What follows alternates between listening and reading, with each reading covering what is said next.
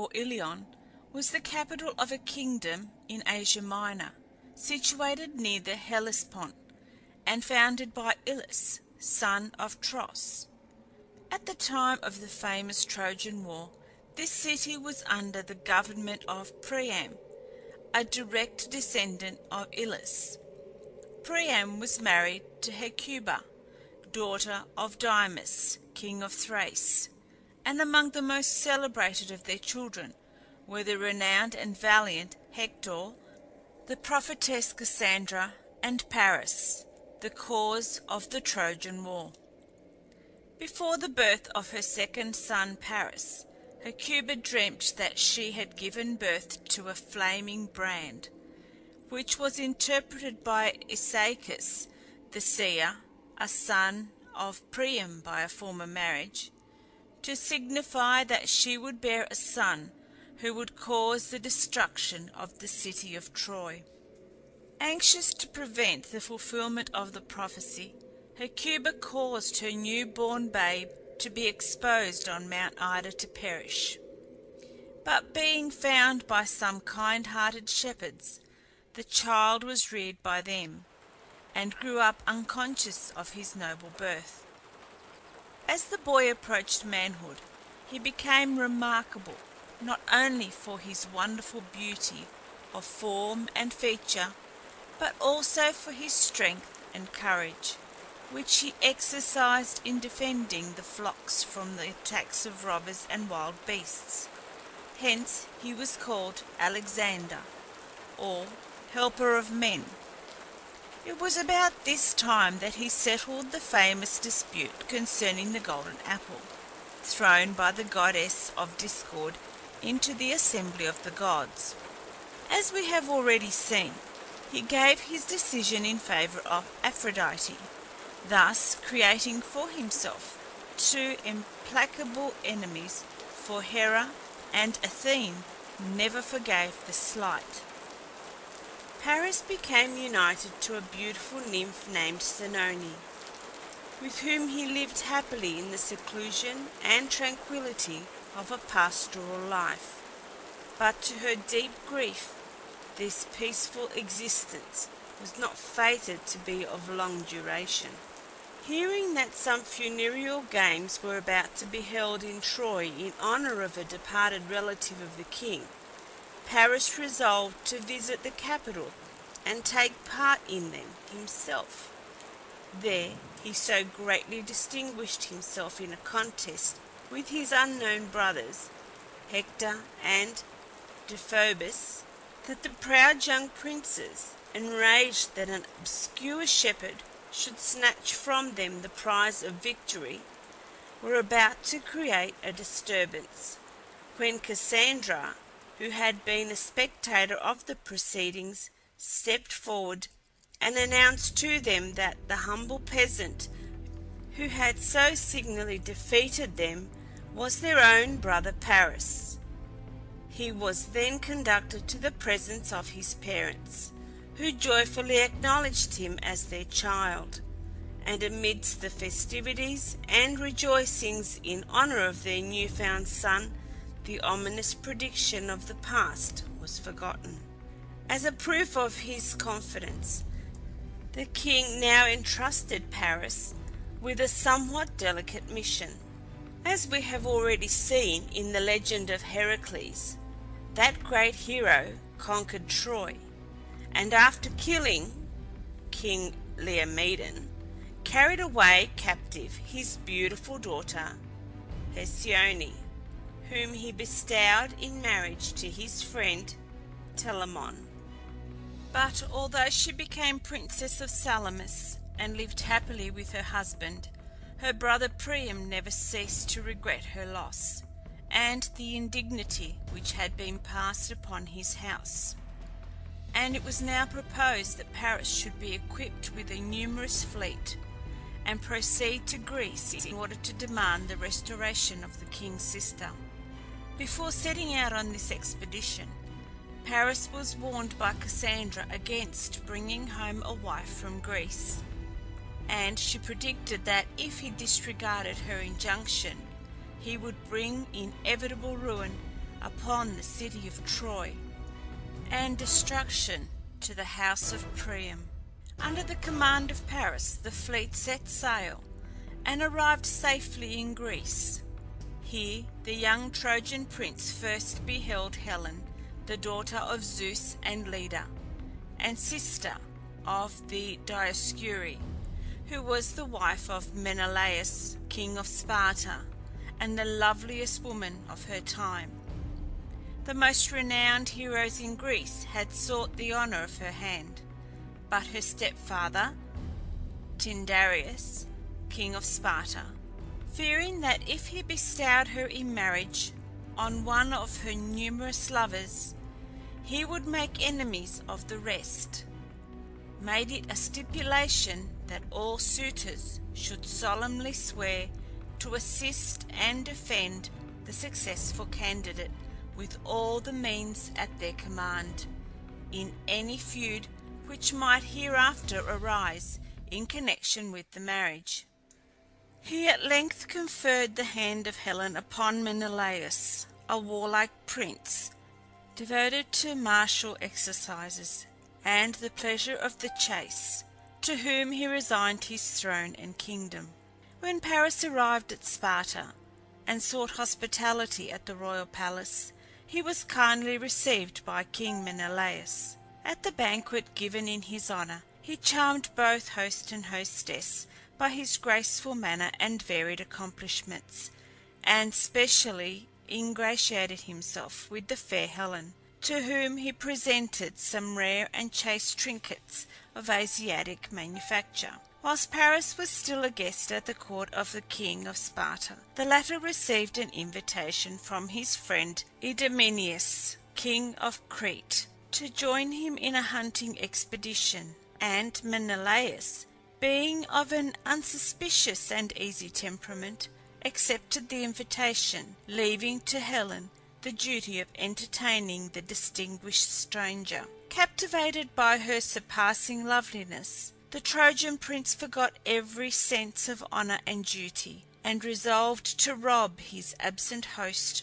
of his beautiful wife. He accordingly collected his followers, and with their assistance stormed the royal castle, possessed himself of the rich treasures which it contained, and succeeded in carrying off its beautiful and not altogether unwilling mistress. They at once set sail, but were driven by stress of weather to the island of Crania, where they cast anchor, and it was not until some years had elapsed, during which time home and country were forgotten, that Paris and Helen proceeded to Troy. Preparations for the war. When Menelaus heard of the violation of his hearth and home, he proceeded to Pylos, accompanied by his brother Agamemnon, in order to consult the wise old king Nestor, who was renowned for his great experience and statecraft. On hearing the facts of the case, Nestor expressed it as his opinion that only by means of the combined efforts of all the states of Greece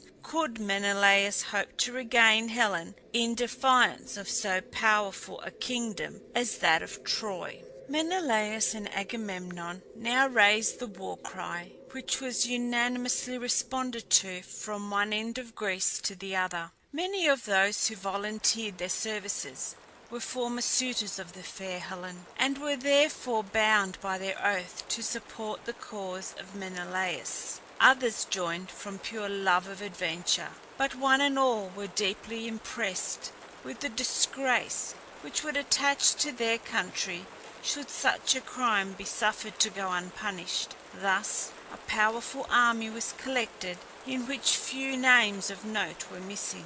Only in the case of two great heroes, Odysseus, Ulysses, and Achilles, did Menelaus experience any difficulty. Odysseus, famed for his wisdom and great astuteness, was at this time living happily in Ithaca with his fair young wife Penelope and his little son Telemachus, and was loath to leave his happy home for a perilous foreign expedition of uncertain duration. When therefore his services were solicited, he feigned madness, But the shrewd Palamedes, a distinguished hero in the suit of Menelaus, detected and exposed the ruse, and thus Odysseus was forced to join in the war.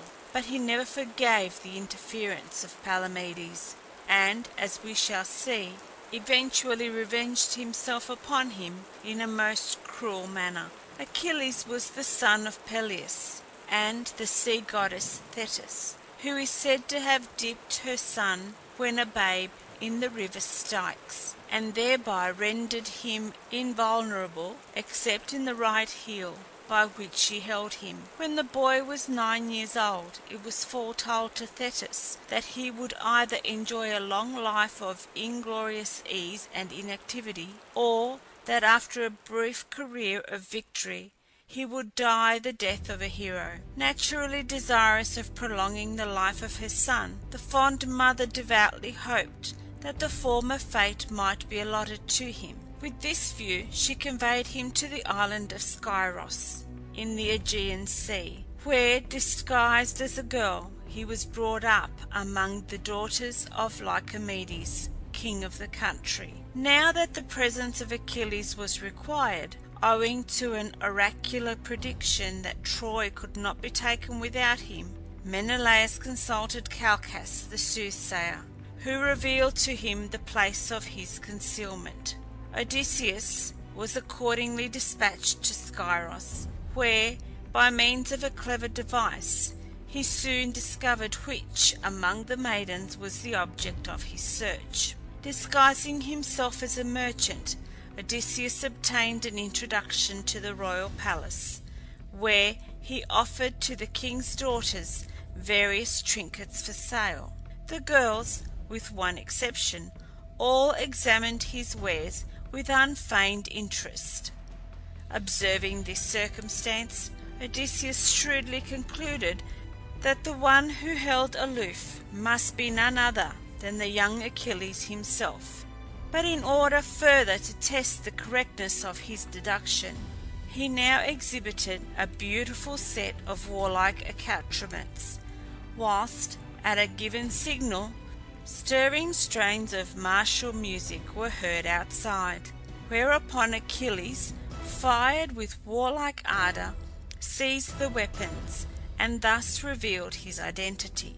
He now joined the cause of the Greeks, accompanied at the request of his father by his kinsman Patroclus, and contributed to the expedition a large force of Thessalian troops, or Myrmidons as they were called, and also 50 ships. For 10 long years Agamemnon and the other chiefs devoted all their energy and means in preparing for the expedition against Troy. But during these warlike preparations an attempt at a peaceful solution of the difficulty was not neglected. An embassy consisting of Menelaus, Odysseus, etc., was dispatched to King Priam demanding the surrender of Helen. But though the embassy was received with the utmost pomp and ceremony, the demand was nevertheless rejected, upon which the ambassadors returned to Greece, and the order was given for the fleet to assemble at Aulis in Boeotia. Never before in the annals of Greece had so large an army been collected. 100,000 warriors were assembled at Aulis, and in its bay floated over 1,000 ships, ready to convey them to the Trojan coast. The command of this mighty host was entrusted to Agamemnon, king of Argos, the most powerful of all the Greek princes. Before the fleet set sail, solemn sacrifices were offered to the gods on the seashore, when suddenly a serpent was seen to ascend a plane tree, in which was a sparrow's nest, containing 9 young ones. The reptile first devoured the young birds, and then their mother, after which it was turned by Zeus into stone.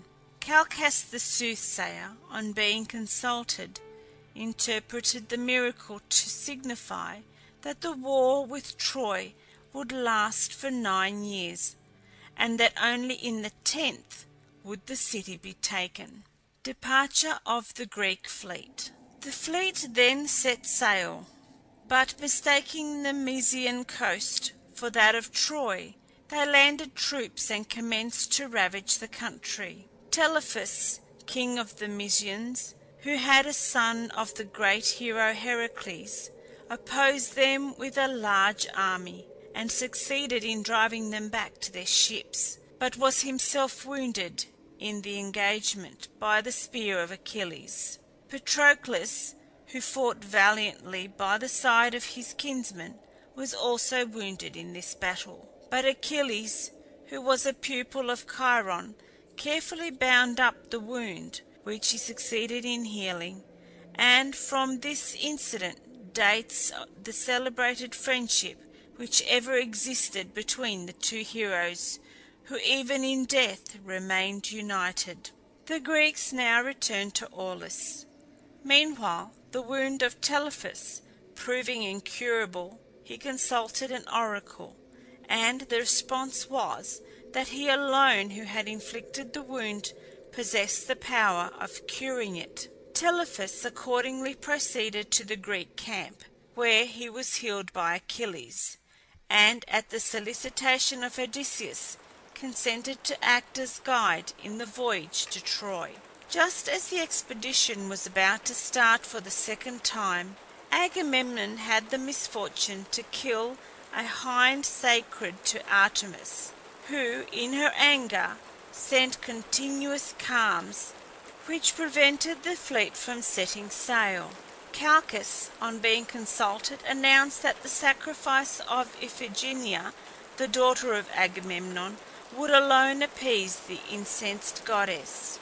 How Agamemnon at length overcame his feeling as a father, and how Iphigenia was saved by Artemis himself, has been already related in a previous chapter. A fair wind having at length sprung up, the fleet once more set sail. They first stopped at the island of Tenedos, where the famous archer Philoctetes, who possessed the bow and arrows of Heracles, given to him by the dying hero, was bitten in the foot by a venomous snake.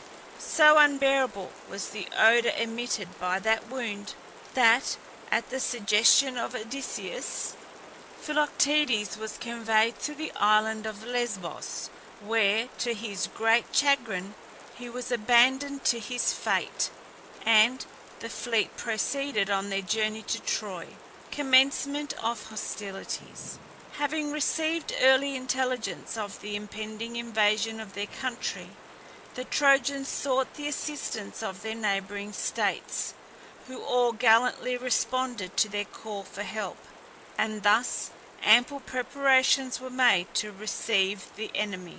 King Priam, being himself too advanced in years for active service, the command of the army devolved upon his eldest son, the brave and valiant Hector. At the approach of the Greek fleet, the Trojans appeared on the coast in order to prevent their landing, but great hesitation prevailed among the troops as to who should be the first to set foot on the enemy's soil, it having been predicted that whoever did so would fall a sacrifice to the fates. Protesilaus of Phylace, however, nobly disregarding the ominous prediction, leapt on shore, and fell by the hand of Hector. The Greeks then succeeded in effecting a landing, and in the engagement which ensued, the Trojans were signally defeated, and driven to seek safety behind the walls of their city. With Achilles at their head, the Greeks now made a desperate attempt to take the city by storm, but were repulsed with terrible losses. After this defeat, the invaders, foreseeing a long and wearisome campaign, drew up their ships on land, erected tents, huts, etc., and formed an entrenched camp on the coast. Between the Greek camp and the city of Troy was a plain watered by the rivers Scamander and Simois, and it was on this plain, afterwards so renowned in history, that the ever memorable battles between the Greeks and Trojans were fought. The impossibility of taking the city by storm was now recognized by the leaders of the Greek forces. The Trojans on their side, being less numerous than the enemy, dared not venture on a great battle in the open field. Hence the war dragged on for many weary years without any decisive engagement taking place. It was about this time that Odysseus carried out his long meditated revenge against Palamedes. Palamedes was one of the wisest, most energetic, and most upright of all the Greek heroes, and it was in consequence of his unflagging zeal and wonderful eloquence that most of the chiefs had been induced to join the expedition. But the very qualities which endeared him to the hearts of his countrymen rendered him hateful in the eyes of his implacable enemy Odysseus, who never forgave his having detected his scheme to avoid joining the army. In order to effect the ruin of Palamedes, Odysseus concealed in his tent a vast sum of money.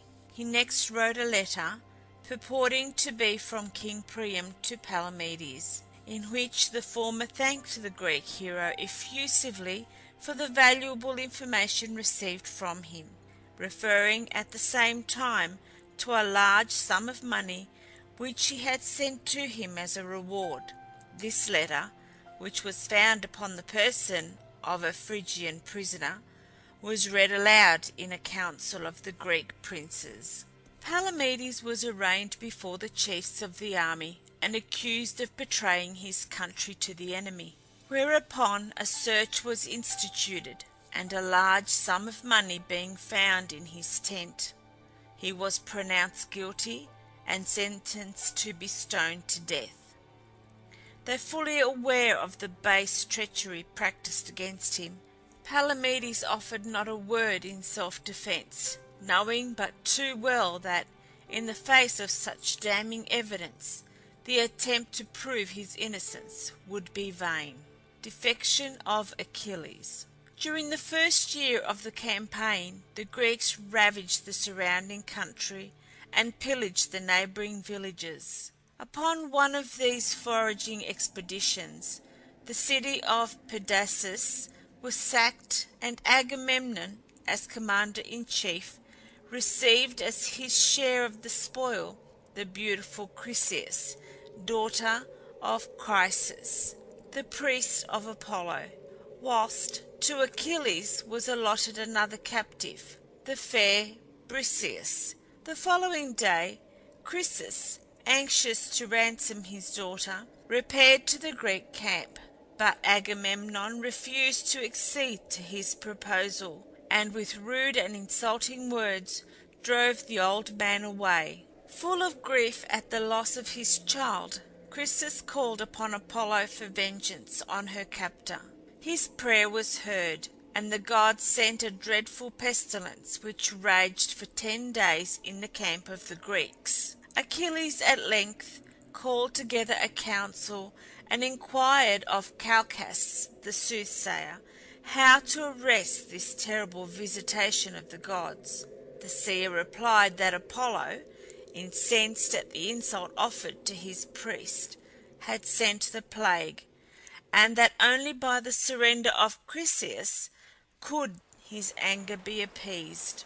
On hearing this, Agamemnon agreed to resign the maiden, but being already embittered against Calchas for his prediction with regard to his own daughter Iphigenia, he now heaped insults upon the soothsayer, and accused him of plotting against his interests. Achilles espoused the cause of Calchas, and a violent dispute arose, in which the son of Thetis would have killed his chief but for the timely interference of Pallas Athene, who suddenly appeared beside him, unseen by the rest, and recalled him to a sense of the duty he owed to his commander. Agamemnon revenged himself on Achilles by depriving him of his beautiful captive, the fair Briseis, who had become so attached to her kind and noble captor that she wept bitterly on being removed from his charge. Achilles, now fairly disgusted with the ungenerous conduct of his chief, withdrew himself to his tent, and obstinately declined to take further part in the war. Heartsore and dejected, he repaired to the seashore, and there invoked the presence of his divine mother. In answer to his prayer, Thetis emerged from beneath the waves, and comforted her gallant son with the assurance that she would entreat the mighty Zeus to avenge his wrongs by giving victory to the Trojans, so that the Greeks might learn to realize the great loss which they had sustained by his withdrawal from the army. The Trojans, being informed by one of their spies of the defection of Achilles, became emboldened by the absence of this brave and intrepid leader, whom they feared above all the other Greek heroes. They accordingly sallied forth, and made a bold and eminently successful attack upon the Greeks, who, although they most bravely and obstinately defended their position, were completely routed and driven back to their entrenchments, Agamemnon and most of the other Greek leaders being wounded in the engagement. Encouraged by this marked and signal success, the Trojans now commenced to besiege the Greeks in their own camp. At this juncture, Agamemnon, seeing the danger which threatened the army, sunk for the moment all personal grievances, and dispatched an embassy to Achilles, consisting of many noble and distinguished chiefs, urgently entreating him to come to the assistance of his countrymen in this their hour of peril, promising that not only should the fair Briseis be restored to him, but also that the hand of his own daughter should be bestowed on him in marriage, with 7 towns as her dowry. But the obstinate determination of the proud hero was not to be moved, and though he listened courteously to the arrangements and representations of the messengers of Agamemnon, his resolution to take no further part in the war remained unshaken. In one of the engagements which took place soon afterwards, the Trojans, under the command of Hector, penetrated into the heart of the Greek camp, and had already commenced to burn their ships, when Patroclus, seeing the distress of his countrymen, earnestly besought Achilles to send him to the rescue at the head of the Myrmidons. The better nature of the hero prevailed, and he not only entrusted to his friend the command of his brave band of warriors, but lent him also his own suit of armour. Patroclus having mounted the war chariot of the hero, Achilles lifted on high a golden goblet, and poured out a libation of wine to the gods, accompanied by an earnest petition for victory, and the safe return of his beloved comrade.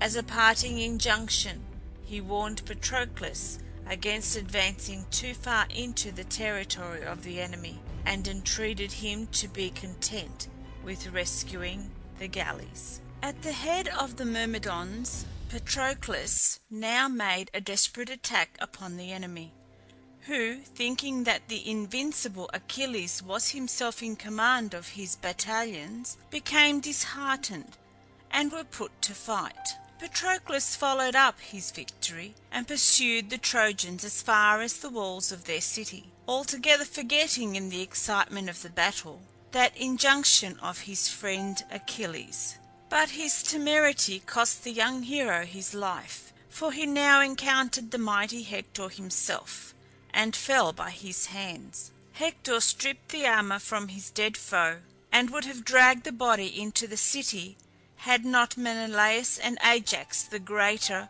rushed forward, and, after a long and fierce struggle, succeeded in rescuing it from desecration. Death of Hector. And now came the mournful task of informing Achilles of the fate of his friend. He wept bitterly over the dead body of his comrade, and solemnly vowed that the funeral rites should not be solemnized in his honor until he had slain Hector with his own hands and captured 12 Trojans to be immolated on his funeral pyre. All other considerations vanished before the burning desire to avenge the death of his friend, and Achilles, now thoroughly aroused from his apathy, became reconciled to Agamemnon, and rejoined the Greek army. At the request of the goddess Thetis, Hephaestus forged for him a new suit of armour, which far surpassed in magnificence that of all the other heroes. Thus gloriously arrayed, he was soon seen striding along, calling the Greeks to arms.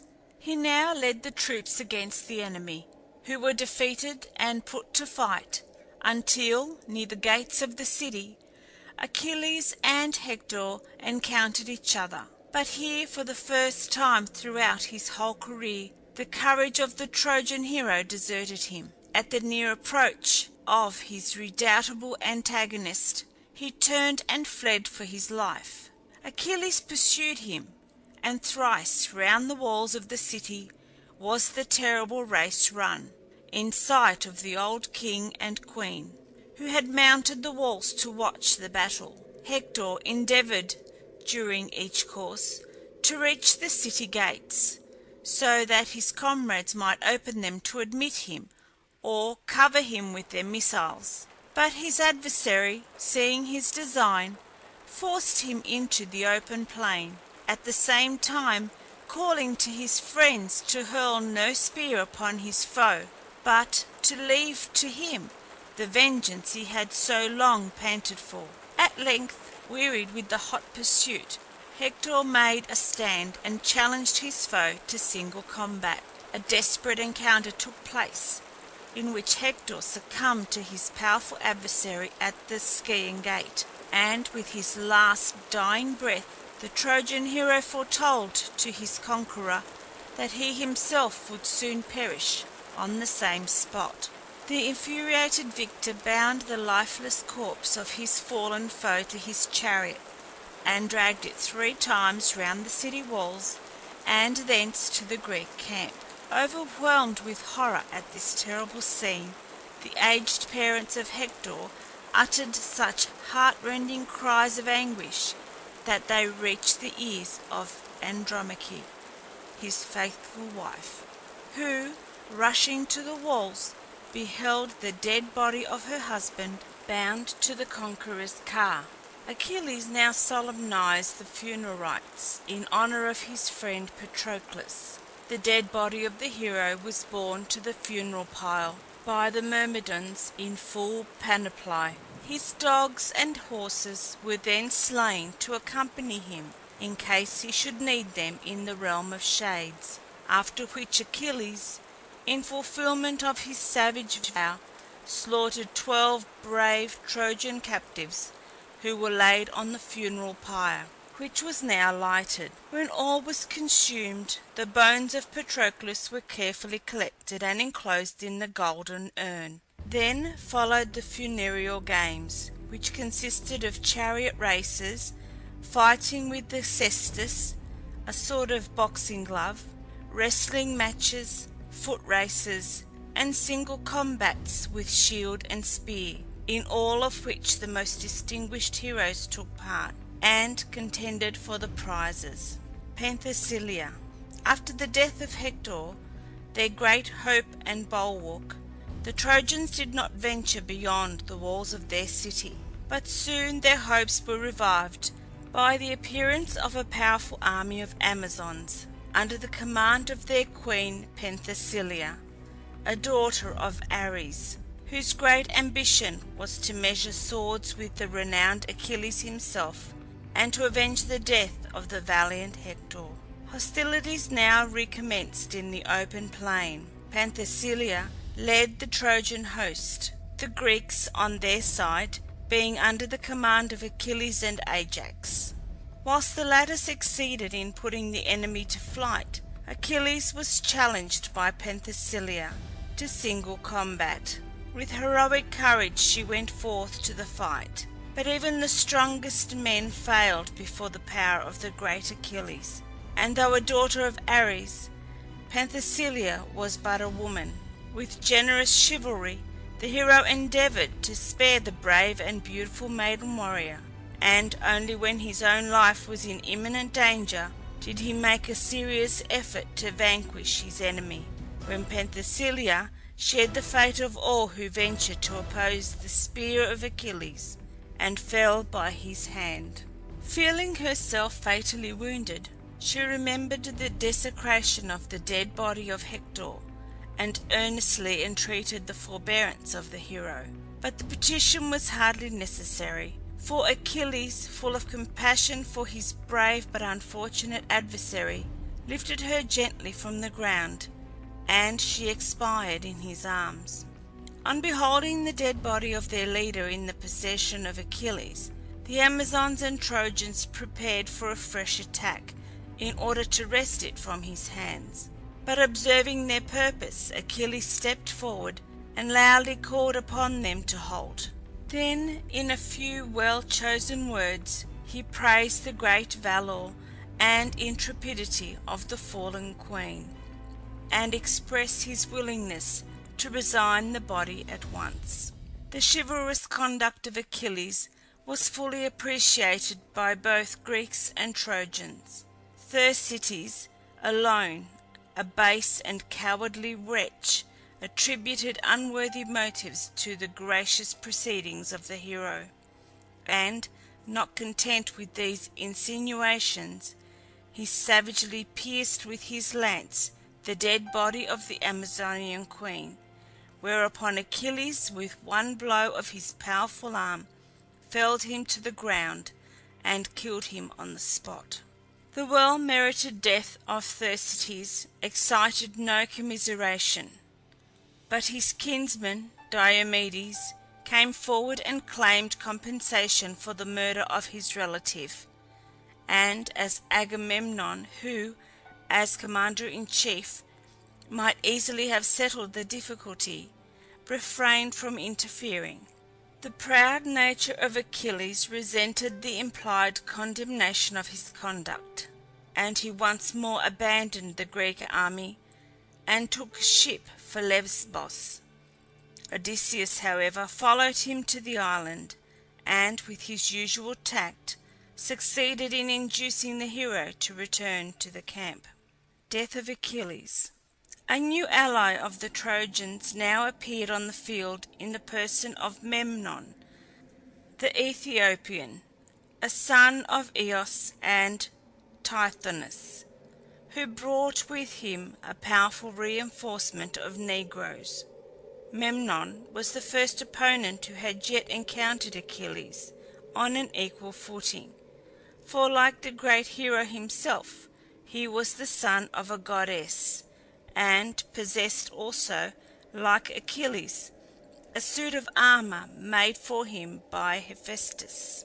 Before the heroes encountered each other in single combat, the two goddesses, Thetis and Eos, hastened to Olympus to intercede with its mighty ruler for the life of their sons.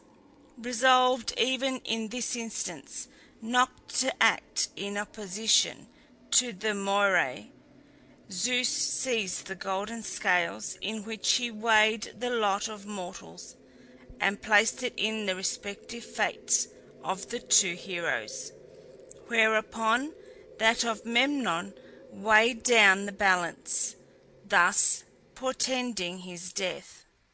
Eos abandoned Olympus in despair.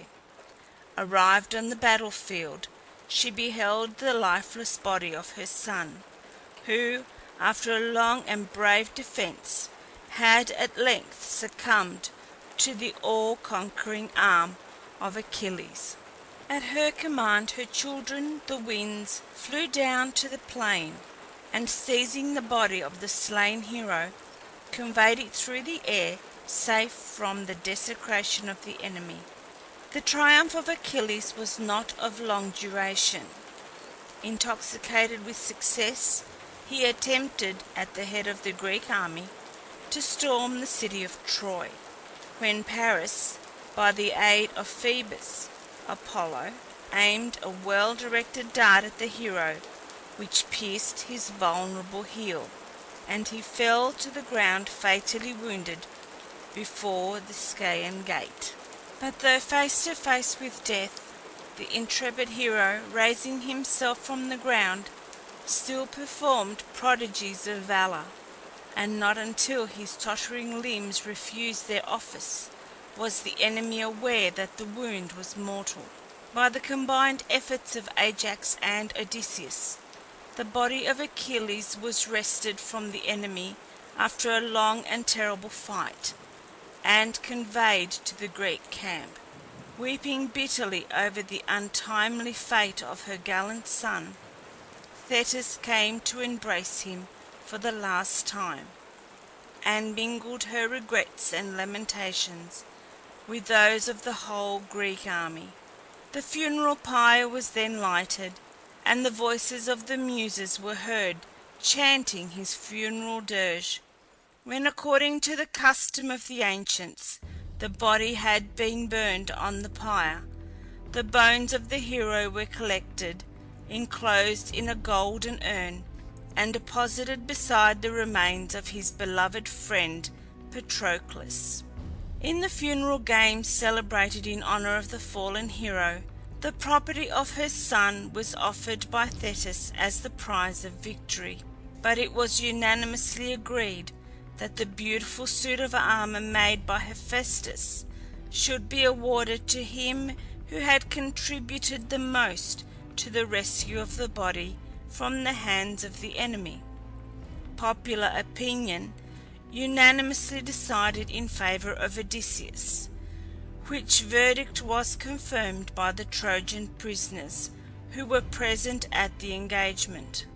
Unable to endure the slight, the unfortunate Ajax lost his reason, and in this condition put an end to his existence. Final measures. Thus were the Greeks deprived at one and the same time of their bravest and most powerful leader, and of him also who approached the nearest to his distinction. For a time operations were at a standstill, until Odysseus at length contrived by means of a cleverly arranged ambush to capture Helenus, the son of Priam. Like his sister Cassandra, Helenus possessed the gift of prophecy, and the unfortunate youth was now coerced by Odysseus into using his gift against the welfare of his native city. The Greeks learned from the Trojan prince that three conditions were indispensable to the conquest of Troy. In the first place, the son of Achilles must fight in their ranks. Secondly, the arrows of Heracles must be used against the enemy. And thirdly, they must obtain possession of the wooden image of Pallas Athene, the famous Palladium of Troy. The first condition was easily fulfilled. Ever ready to serve the interests of the community, Odysseus repaired to the island of Scyros, where he found Neoptolemus, the son of Achilles. Having succeeded in arousing the ambition of the fiery youth, he generously resigned to him the magnificent armour of his father, and then conveyed him to the Greek camp, where he immediately distinguished himself in single combat with Eurypylus, the son of Telephus, who had come to the aid of the Trojans. To procure the poison-dipped arrows of Heracles was a matter of greater difficulty. They were still in the possession of the much aggrieved Philoctetes, who had remained in the island of Lemnos, his wounds still unhealed, suffering the most abject misery. But the judicious zeal of the indefatigable and ever active Odysseus, who was accompanied in this undertaking by Diomedes, at length gained the day, and he induced Philoctetes to accompany him to the camp, where the skilful leech Machaon, the son of Asclepius, healed him of his wound. Philoctetes became reconciled to Agamemnon, and in an engagement which took place soon after, he mortally wounded Paris, the son of Priam. But though pierced by the fatal arrow of the demigod, death did not immediately ensue, and Paris, calling to mind the prediction of an oracle that his deserted wife Oenone could alone cure him if wounded, caused himself to be transported to her abode on Mount Ida, where he implored her by the memory of their past love to save his life. But mindful only of her wrongs, Oenone crushed out of her heart every womanly feeling of pity and compassion, and sternly bade him depart. Soon, however, all her former affection for her husband awoke within her. With frantic haste she followed him, but on her arrival in the city she found the dead body of Paris already laid on the lighted funeral pile, and in her remorse and despair Oenone threw herself on the lifeless form of her husband and perished in the flames. The Trojans were now shut up within their walls and closely besieged, but the third and most difficult condition being still unfulfilled, all efforts to take the city were unavailing.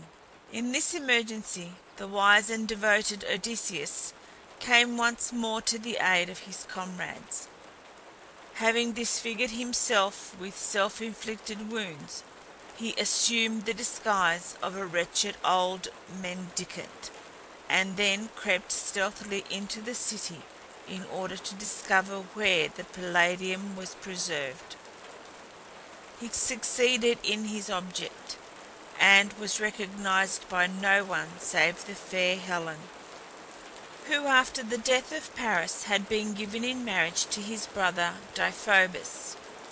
But since death had robbed her of her lover, the heart of the Greek princess had turned yearningly towards her native country and her husband Menelaus, and Odysseus now found in her a most unlooked-for ally. On his return to the camp, Odysseus called to his aid the valiant Diomedes, and with his assistance the perilous task of abstracting the Palladium from its sacred precincts was, after some difficulty, effected. The conditions of conquest being now fulfilled, a council was called to decide on final proceedings. Epeos, a Greek sculptor, who had accompanied the expedition, was desired to construct a colossal wooden horse large enough to contain a number of able and distinguished heroes. On its completion, a band of warriors concealed themselves within, whereupon the Greek army broke up their camp and then set fire to it, as though, wearied of the long and tedious 10 years' siege, they had abandoned the enterprise as hopeless.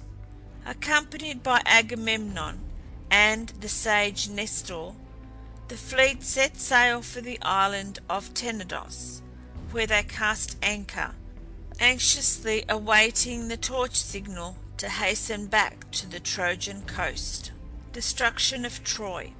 When the Trojans saw the enemy depart and the Greek camp in flames, they believed themselves safe at last, and streamed in great numbers out of the town in order to view the site where the Greeks had so long encamped. Here they found the gigantic wooden horse, which they examined with wondering curiosity, various opinions being expressed with regard to its utility. Some supposed it to be an engine of war, and were in favour of destroying it. Others regarded it as a sacred idol, and proposed that it should be brought into the city. Two circumstances which now occurred induced the Trojans to incline towards the latter opinion. Chief among those who suspected a treacherous design in this huge contrivance was Laocoon, a priest of Apollo, who in company with his two young sons had issued from the city with the Trojans in order to offer a sacrifice to the gods.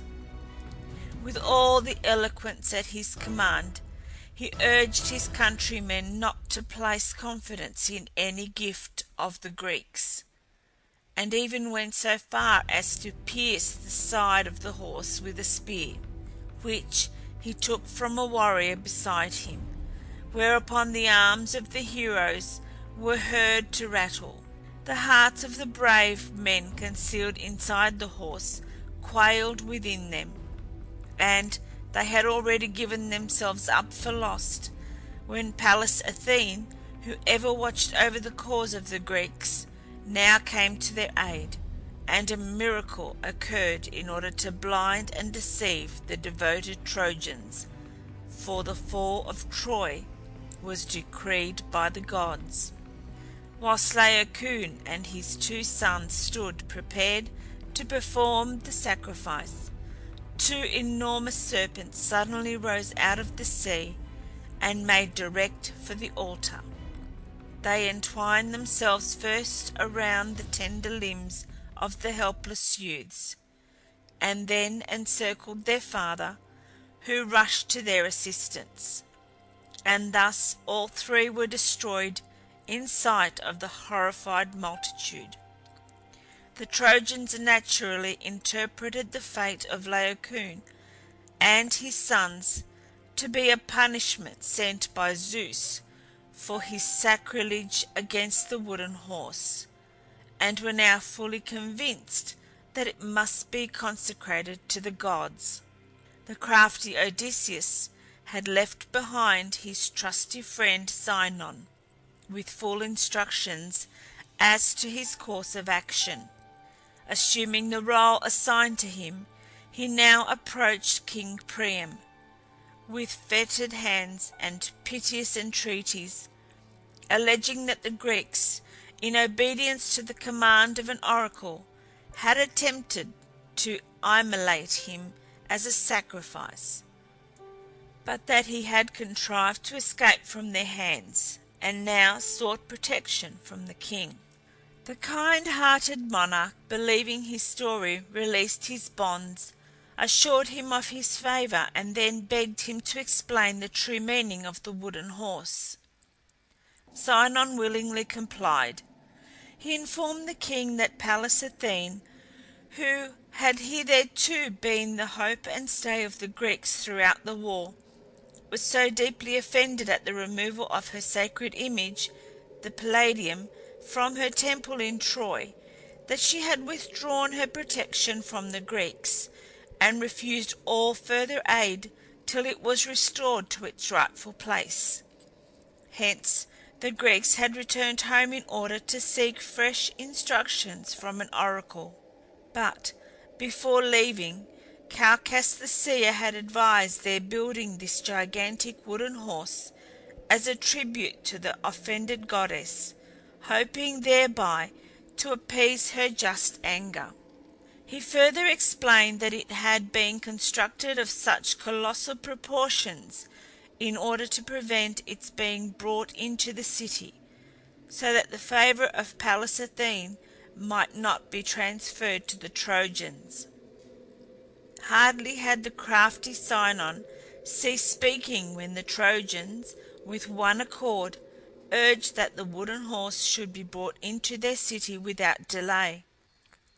The gates being too low to admit its entrance, a breach was made in the walls, and the horse was conveyed in triumph into the very heart of Troy, whereupon the Trojans, overjoyed at what they deemed the successful issue of the campaign, abandoned themselves to feasting and rioting. Amidst the universal rejoicing, the unhappy Cassandra, foreseeing the result of the admission of the wooden horse into the city, was seen rushing through the streets with wild gestures and dishevelled hair, warning her people against the dangers which awaited them. But her eloquent words fell on deaf ears, for it was ever the fate of the unfortunate prophetess that her predictions should find no credence. When, after the day's excitement, the Trojans had retired to rest, and all was hushed and silent, Sinon, in the dead of night, released the heroes from their voluntary imprisonment. The signal was then given to the Greek fleet lying off Tenedos, and the whole army, in unbroken silence, once more landed on the Trojan coast. To enter the city was now an easy matter, and a fearful slaughter ensued. Aroused from their slumbers, the Trojans, under the command of their bravest leaders, made a gallant defence, but were easily overcome. All their most valiant heroes fell in the fight, and soon the whole city was wrapped in flames. Priam fell by the hand of Neoptolemus, who killed him as he lay prostrate before the altar of Zeus, praying for divine assistance in this awful hour of peril. The unfortunate Andromache, with her young son Astyanax, had taken refuge on the summit of a tower, where she was discovered by the victors, who, fearing lest the son of Hector might one day rise against them to avenge the death of his father, tore him from her arms and hurled him over the battlements. Aeneas alone, the son of Aphrodite, the beloved of gods and men, escaped the universal carnage with his son and his old father Anchises, whom he carried on his shoulders out of the city. He first sought refuge on Mount Ida, and afterwards fled to Italy, where he became the ancestral hero of the Roman people. Menelaus now sought Helen in the royal palace, who, being immortal, still retained all her former beauty and fascination. A reconciliation took place, and she accompanied her husband on his homeward voyage. Andromache, the widow of the brave Hector, was given in marriage to Neoptolemus. Cassandra fell to the share of Agamemnon, and Hecuba, the grey-haired and widowed queen, was made prisoner by Odysseus. The boundless treasures of the wealthy Trojan king fell into the hands of the Greek heroes, who, after having levelled the city of Troy to the ground, prepared for their homeward voyage.